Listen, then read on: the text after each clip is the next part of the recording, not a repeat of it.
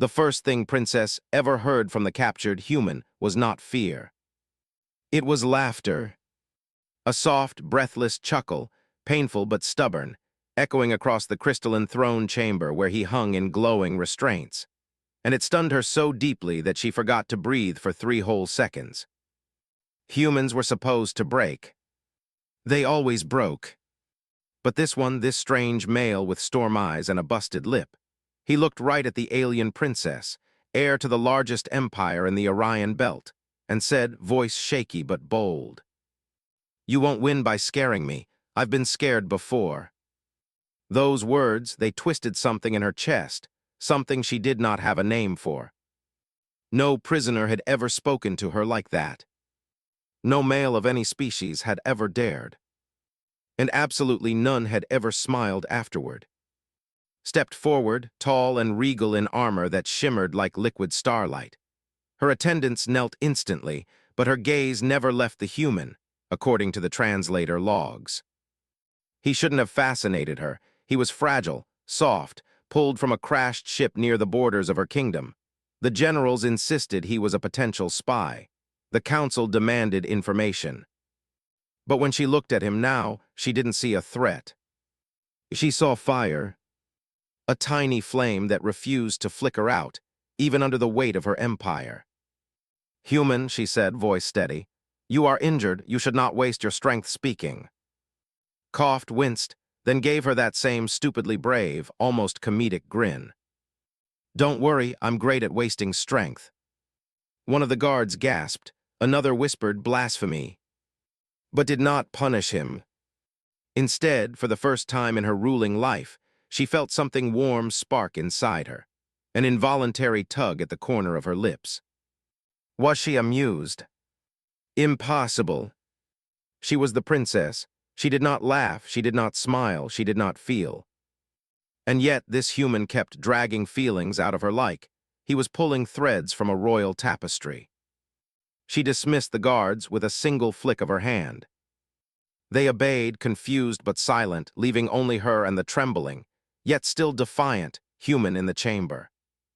Circled him slowly, evaluating him the way she'd been trained to evaluate prisoners. But the more she looked, the less she saw a prisoner. He looked terrified, yes. His body shook faintly. His breathing hitched every few seconds, yet beneath all of that, he stood tall in spirit. "Why? Tell me of Earth," she said softly. "Why do you face me with courage when you know I could end your life with a word?" His eyes flicked upward, not in challenge, no, in something almost gentle. "You look like someone who already has enough endings," he whispered. "Maybe you need someone who won't kneel." Her heart stalled. Her pulse tripped over itself. He had no idea what he'd just said, what weight those words carried in her culture. To kneel was to give everything. To refuse was a warrior's oath. And yet, he said it with kindness, not rebellion. "Is that humor?" she asked carefully. "Partly," he admitted, "but also truth. You don't look like a monster, princess, just lonely." Lonely. She staggered internally as if struck. No one had spoken to her like she was a person, not a title. Not a crown. Not a weapon. "Humans are strange," she murmured, stepping closer. "You speak of loneliness to the one who captured you." Shrugged as much as one could shrug while hanging. "Hey, you captured my body, not my mind." Emotion, a dangerous, burning emotion, tightened her chest. She stopped right in front of him, close enough to see the tiny tremor in his jaw, close enough to feel the heat of his breath, close enough that she realized something terrifying. She was not looking at him like a ruler. She was looking at him like a woman. And that could destroy them both. Because in her world, love was forbidden to the heir. Attachment was weakness. Emotion was vulnerability. But when his voice softened to a fragile whisper, all her training shattered. "Princess, I don't know what happens next," he said, "but I'm not your enemy." Her throat tightened. She wanted to reach out, to touch the courage trembling inside him. She couldn't, or she shouldn't. And yet, for the first time in her life, Princess hesitated, not because of fear, but because this human, this fragile, brave creature, had made her feel alive. She whispered only one thing in return, voice barely steady. Then fate has made a cruel mistake, because I think you may become something much worse. Blinked, worse than an enemy. Lowered her voice to a secret tremble. Important. His hands ached against the glowing restraints, but his eyes never left. Every time he looked at her, he saw the flicker of something he couldn't name, something fierce and fragile all at once. It was terrifying and mesmerizing. "You're starring," said, her voice clipped but softer than before. "Do humans always defy etiquette so boldly?" "Not always," replied, a small grin tugging at his lips despite the bruises. "I just can't help it with you." Blinked, that almost innocent sentence slammed into her like a meteor. The throne chamber felt smaller all of a sudden, the walls closing in with the weight of unspoken words. She had trained herself to command, to intimidate, to rule. Not to listen, not to feel. Her chest tightened. She looked away, pretending to inspect the crystalline floor, but's voice followed her. "Hey, princess, why do you look so sad all the time? Aren't queens supposed to be strong?" The words were simple, but they cut deeper than any blade. "I am strong," she said a little too sharply. "Stronger than any human could ever be." Laughed softly, a sound full of warmth and defiance. "Maybe, but strength isn't always about power. Sometimes it's about letting someone in, even someone like me." Froze, someone like him? His words nudged at a part of her she had buried beneath duty, beneath expectation. Her heart thudded against her ribs in a rhythm she didn't recognize. She was not supposed to feel like this. She was supposed to be untouchable, untouchable, untouchable. And yet the tiny spark carried refused to die. For days she watched him, not the way a ruler watches a prisoner, but the way a mother watches a child learning to walk or a scholar studies a rare star. He moved with clumsy bravery, not giving in to fear. He laughed when he was supposed to cry, spoke when he was supposed to stay silent. And with every defiant act, the chains of her own heart loosened, even as she refused to admit it. She started sneaking small things into his cell. A warm blanket, some rations not meant for prisoners, a book with strange earth tales she could barely understand. Each time, his eyes lit up like fireflies.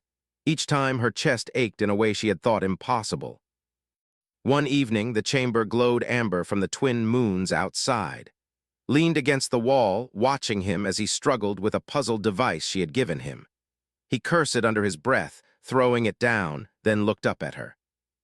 "You really think I'll figure this out?" he asked, eyes full of stubborn hope. "I don't care if you do," whispered, the words slipping out before she could stop them. "I care that you try." His gaze softened. "That's not a thing anyone's ever said to me before, not in a long time." Something inside her shattered. She wanted to tell him that the thing that made him human, the courage, the stubbornness, the small light in his eyes, made her feel like she could breathe again. But she couldn't.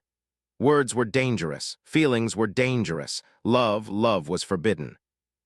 Instead, she did the only thing she could. She turned, hiding the ache in her chest. That night she couldn't sleep. The throne room was empty, the stars spilling through the windows like diamonds scattered across black velvet. She imagined his laugh, imagined the warmth of his hands, the fire in his eyes when he refused to yield. Her attendants noticed the change. The alien empire had never seen her hesitate, never seen her falter.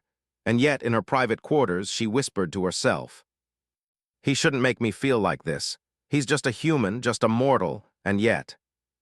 Her heart betrayed her. Morning came with harsh light, and the council demanded she extract intelligence from. She entered his cell, mask firmly in place. He was awake, sitting calmly, the puzzle device finally solved. "Princess," he said, holding it out to her, "told you I'd figure it out." She reached out, took it, and her fingers brushed his. The spark that jumped between them could have ignited the entire room. She wanted to look away, but she couldn't. His courage, so simple, so human, made her chest tight and warm at once. "You surprised me," she said, carefully neutral. "Not many do." "I like to surprise," said, with a playful grin that somehow made her heart ache more than any sword ever could. "Even queens." For a moment, the world outside, the rules, the empire, all of it disappeared. But reality hit swiftly. One of the guards coughed behind the doorway, reminding her of duty, of expectation. She straightened, regaining the composure that made her a princess, a queen-in-waiting. Yet when she left a piece of herself behind, trapped with him in that small, defiant grin and the light in his human eyes. And neither of them realized that the chains that bound were nothing compared to the invisible chains tightening around her heart. The first storm came quietly, a ripple through the galaxy unnoticed by most, but in empire it screamed. A border fleet had vanished near the outer moons, and whispers of rebellion grew louder every hour. The council demanded answers, and at the heart of it, Princess Nu could hold a key. She entered his cell before dawn, the corridors empty except for the faint hum of the crystal walls. Was sitting cross-legged, staring at the twin moons through the barred window. His hair was messy, his shoulders tense. Even restrained, he seemed calm, a calm that made her heart ache in ways she could not name. "You're up early," she said, voice soft. "I can't sleep," he admitted without turning. "Too many stars outside, not enough peace inside." Swallowed, peace was not a thing she had ever known, not as heir, not as princess. And yet, standing there watching him, she felt a longing she had never thought she would. She began hesitant. "If I release you, will you run? Or will you help me?" He turned, and in his storm eyes she saw no fear, only something she couldn't resist, trust. "I won't run," he said firmly. "I'll stay, but only because I trust you, not your empire, not your crown, you." Her chest tightened. That single word "you" felt like fire in her veins. She had ruled empires, she had commanded fleets, she had crushed rebellions, and yet here she was powerless against a human, simple truth. The council's summons arrived mid-morning. Reports of the fleet's disappearance demanded immediate attention. Stood in the grand chamber, her armor gleaming, but her mind was half with. She had left him restrained in his cell, but she could still feel his presence, his quiet defiance against the universe. "You've kept him too long," her chief advisor spat. "This human is dangerous. You are his prisoner as much as he is yours. Release him, or he dies," she asked sharply. Her voice echoed through the chamber. The words were not a question, they were warning. "Yes," he said, "it is the law." His jaw clenched. She looked down at the crystalline floor, her mind a storm. And then she saw it, the courage that had haunted her in his eyes the first day he arrived. That courage was not weakness. It was a weapon, and maybe, just maybe, it could save them all. By mid-afternoon, she returned to him. The chamber was quiet, was awake, fidgeting with the puzzle device she had given him yesterday. "You're back early," he said, smiling, though there was a tension in his jaw. "Trouble again." "Always," she said, stepping closer, "and I need your help." His eyes widened. "With what?" "Everything," she whispered, though her voice barely carried. "The fleet is gone, rebellion is rising, and the council, they want to end you." His grin vanished. For the first time, she saw real fear flash across his features, not for himself, but for her. "Lie," she said softly, raising a hand. "I know, but I trust you. Can I trust you to face this with me?" He nodded slowly. "Always." The words hit her like a tidal wave. She wanted to collapse into his arms, to tell him everything she had never told anyone, that she felt alone, that she feared the crown, that she... But she couldn't, not yet. Instead, she did the only thing she could. She leaned close, so close that their breaths mingled, and whispered, "Then don't fail me." His lips twitched into a small smile. "I won't, even if it kills me." Her heart leapt in her chest. That mortal courage, that defiance in the face of a galaxy, it was intoxicating, dangerous, and utterly irresistible. Night fell, and with it came the storm. A real one this time. Massive solar flares flaring near the outer moons, cutting off communication with the missing fleet. Alarms blared, and the castle trembled as if the universe itself knew that something fragile had taken root in the princess's heart. Returned to, who was now packing, restless. She reached for the restraints, but hesitated. Her fingers hovered. "You don't have to stay chained," she whispered. "Not anymore, but you should know leaving might be safer." Looked at her, his eyes bright with fire. And miss the chance to stand with you? No, not a chance. Her chest constricted. That defiance, that loyalty, that stubborn human heart, it captured her entirely. And in that instant, as the storm raged outside, understood something terrifying. She was already lost. Lost to him. Lost to her own heart. And yet, she had never felt more alive. The mission was simple in words, impossible in reality. Retrieve the missing fleet from the outer moons before the rebellion gained momentum. The council insisted it was responsibility alone, yet she knew she couldn't do it without. She found him in his cell at dawn, quiet, surprisingly composed for someone about to face near-certain death. His eyes met hers, storm and unflinching, and her heart lurched in ways she did not expect. She said, stepping close, her hand brushing the soft line of his shoulder as she unlocked the restraints. "We have no time. Will you come?" He grinned, despite the tension tightening his jaw. Wouldn't miss it for the galaxy. That smile, so reckless, so full of life, made her knees weak. She forced herself to look away, but a shiver ran down her spine. Somehow this human, fragile and defiant, had become her anchor. They traveled through the star corridors in a sleek scout ship, silence stretching between them like fragile glass. Leaned against the hull, eyes on the stars, while piloted with precision. "I still can't believe you trust me," said quietly, breaking the silence. "You could rule galaxies, and yet here you are, trusting me with your life." Her fingers tightened on the controls. "You've shown me courage no counselor has in centuries," she said softly. "You fight with your heart, that is rare." He turned, his eyes locking with hers. "You fight with your heart too, princess. You just hide it behind crowns and titles." Her chest constricted. She wanted to tell him how terrifying it was to hear him see her, really see her, in a way no one else ever had. To tell him that she wanted to reach out, to hold him close in the cold void of space. But she swallowed the words, letting only silence pass. When they reached the outer moons, devastation greeted them. Ships lay shattered, metal twisted and glowing with unstable energy. Eyes widened, but he didn't falter. He jumped into action, scanning debris, deciphering alien tech, and offering suggestions that implemented instantly. "You're incredible," she whispered at one point, watching him work. "Do you know that?" "I'm just trying to keep up with you," he replied, flashing a grin that made her heart twist painfully. Hours passed like minutes. Then came the ambush. Rebel forces, expecting the rescue, swarmed the wreckage in ships that glinted like deadly insects. His pulse raced. Her hands flew over the controls, but leapt from her side, a small blaster in hand, his courage almost absurd in its intensity. "You stay in the cockpit," she shouted. "I'll protect you." He shook his head. "No, we're in this together, always." She almost laughed. Almost. But her laugh caught in her throat as he darted into the fray, fearless, a human heart pounding against a galaxy of enemies. Bullets and energy bolts flew. Ship shuddered with near misses, her knuckles white against the controls. She risked a glance at and felt her heart seize. He had disarmed a small squadron almost single-handedly, sweat on his brow, blood on his hand, yet he moved with unwavering courage.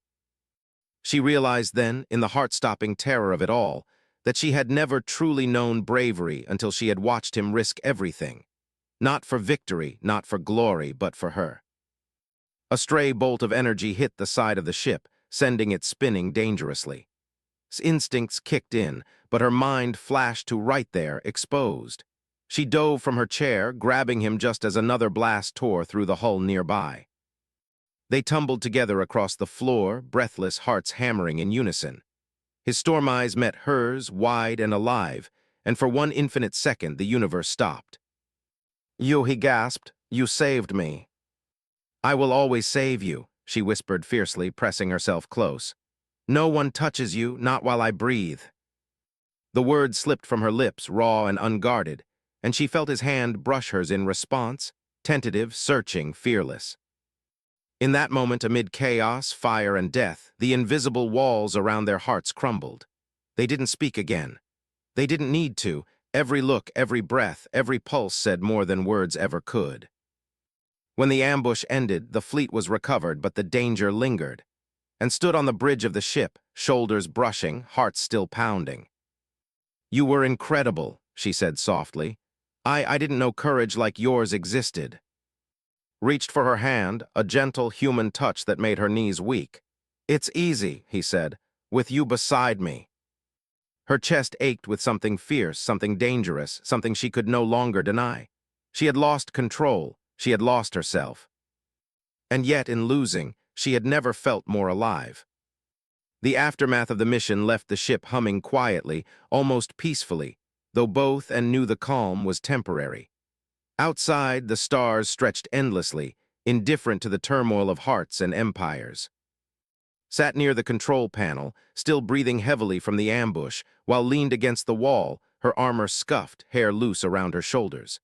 She couldn't stop thinking about the look in his eyes during the fight, the way he had risked everything without hesitation. And more terrifyingly, she couldn't stop thinking about herself, about how the idea of losing him had made her chest tighten like iron. "I should have expected this," she murmured almost to herself. Tilted his head. Expected what? Her gaze fell on him, the soft curve of his jaw, the sharpness of his storm eyes, the fire he carried even now. "That I'd care this much," she admitted. The words felt dangerous, heavy with consequences. "That I'd feel anything for you at all." He stood and stepped closer, each movement deliberate, careful. "You do feel," he said gently. "I can see it, I can feel it, and I feel the same." Her heart skipped a beat, and for a moment the distance between them evaporated. She wanted to reach for him, to bridge the universe that separated princess from human. But duty whispered cruelly in her ear, reminding her that her feelings were forbidden, that attachment could topple empires. Yet when his hand brushed hers, the spark was undeniable, and the world narrowed to the warmth of that single touch. Days passed, and the threat of rebellion lingered like a shadow at the edge of every decision. Found herself confiding in ways she had never confided in anyone, not her advisors, not her family, not even herself. She told him about the loneliness of the throne, the pressure of perfection, the fear of failing those who relied on her. Listened, always patient, never judgmental. He held her gaze when she faltered, never letting her doubt herself. And sometimes, in the quiet of their shared watch over the stars, he would reach for her hand, and she would allow it, feeling her heart hum like the pulse of a living star. "You trust me," he said one evening, voice low, almost trembling. "I don't deserve that." "You earned it," she said firmly, though her chest ached with vulnerability. "Not because of your skill or courage, but because of who you are. Even when everything is falling apart, you stand." He smiled, small and genuine. "Then I'll always stand, beside you, even if the universe tries to tear us apart." Wanted to tell him that the universe had already tried every day of her life, by telling her love was weakness, that attachment was a crime. But the words caught in her throat. Instead, she squeezed his hand, letting the silence speak. Their quiet bond was soon tested. Scouts reported an insurgent strike force approaching the heart of her empire. The council urged to send her human away for safety. "You can't come," her chief advisor said harshly. "If you insist, you will doom him." His chest tightened. "He stays," she said, voice cold and unyielding. "He is not a prisoner, he is my partner in this, and if anyone tries to harm him." Her eyes met, and in them he read both warning and promise. He nodded, understanding that her words were more than protection, they were a vow. The strike came at dusk. Fire lit the horizon as rebel ships descended, and stood together on the bridge, side by side, breathing in sync. Every glance between them carried unspoken courage, every brush of fingers a silent affirmation. "I can't lose you," whispered, almost too soft to hear. "You won't," said, his hand finding hers. "Not while I'm breathing, not while you're fighting." For a heartbeat, the universe felt still. Two hearts, human and alien, beating together in defiance of fate, of empire, of duty. The battle roared around them, but inside the bridge it was quiet, intimate, dangerous in its perfection. She realized then with terrifying clarity that she had given herself entirely to him, not just her life, but her heart. And if they fell, they would fall together. As lasers cut across the darkened skies and explosions lit distant moons and held each other's hands, a single anchor against chaos. It was not just love. It was courage, loyalty, and defiance rolled into one undeniable truth. Some bonds could not be broken, no matter the galaxy, no matter the stars, no matter the crowns or empires. And in that moment, Princess finally understood that true strength was not about standing alone. It was about standing together, even when the world demanded they fall apart. The battle had reached its peak. Rebel ships swarmed the outskirts of the Empire's main stronghold, their fire painting the void in streaks of orange and white. The Council demanded retreat, but Princess would not yield. Not now, not when stood by her side. "Princess," a counselor warned, voice trembling, "you cannot fight them all. We need strategy." "I have strategy," she cut him off sharply. Her eyes found across the bridge and her heart skipped. That storm gaze met hers, full of fire, loyalty, and trust. "And I have courage, and so does he. We do this together." Stepped closer, brushing her hand. The small, human touch sent shivers down her spine. She could feel his heartbeat, steady and strong, a defiance against the chaos surrounding them. "You ready?" she asked softly. "For you," he whispered, and for the first time allowed herself a smile, not the controlled, regal smile of a princess, but a human smile, raw and unguarded. The bridge shook violently as enemy fire struck their shields. Sparks rained down and alarms blared. Hands moved with practiced precision, maneuvering the flagship into position. Beside her worked with equal intensity, analyzing the incoming threats, coordinating their counterattacks with logic and courage that left the seasoned officers awestruck. "Princess, shields at 30%, one officer yelled. "Not enough," she snapped, her voice cutting through the chaos. "Your plan now." He met her eyes for just a moment and nodded. Together they issued commands, synchronized like two halves of a single mind. Rebel ships faltered under their coordinated strategy and felt an unfamiliar thrill, not the thrill of power, but of partnership, of trust, of shared courage. Yet the danger was far from over. A massive insurgent dreadnought appeared at the edge of the battlefield, its weapons capable of obliterating the flagship in seconds. Stomach twisted. To defeat it, someone would have to get dangerously close, and she knew who it had to be. "You," said before she could speak, "I'll do it." "Absolutely not," she hissed, heart-pounding. "I will."